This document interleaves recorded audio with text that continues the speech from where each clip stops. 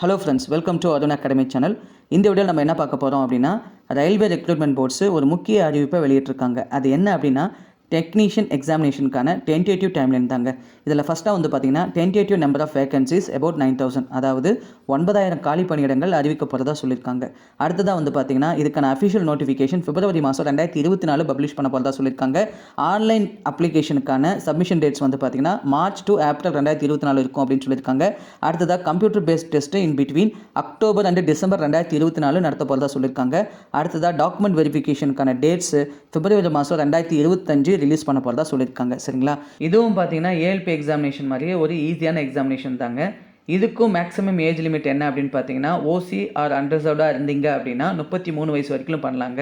அதுவே ஓபிசி நான் கிரிமி லேயராக இருக்கீங்க அப்படின்னா 36 வயசு வரைக்கும் பண்ணலாம். அதுவே எஸ்சி எஸ்டி கேண்டிடேட்ஸாக இருக்கீங்க அப்படின்னா 38 வயசு வரைக்கும் பண்ணலாங்க. All the பெஸ்ட்டுங்க.